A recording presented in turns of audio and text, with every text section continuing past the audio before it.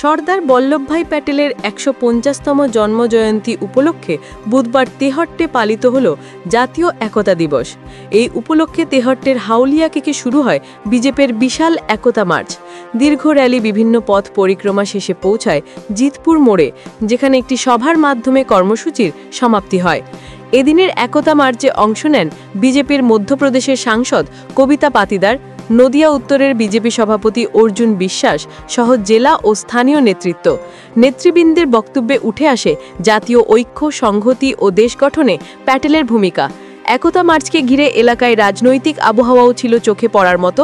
স্থানীয় বিজেপি কর্মী ও সমর্থকরাও বিপুল সংখ্যায় উপস্থিত ছিলেন। নদিয়া থেকে সমীনন বিশ্বাসের রিপোর্ট, স্টিং নিউজ। প্রধানমন্ত্রী হিসাবে যার নামটি প্রথমে উঠে আসে, বিবেচনায় উঠে আসে, তিনি আর কেউ নন, সর্দার বল্লভভাই প্যাটেল। আপনারা জানেন, তৎকালীন ভারতের বিভিন্ন প্রদেশের ১৩টি প্রদেশের মধ্যে প্রত্যেকটি প্রদেশে যারা তৎকালীন সভাপতি ছিলেন তারা প্রায় সকলেই প্রধানমন্ত্রী হিসাবে সর্দার বল্লভভাইয়ের নাম প্রস্তাবে রাখে।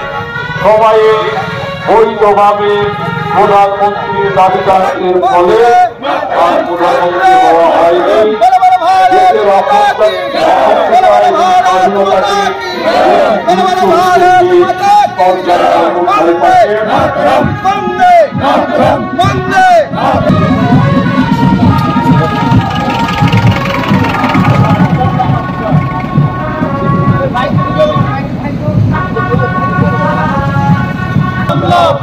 ভারতের লৌহ পুরুষ সর্দার বল্লভভাই প্যাটেল লৌহ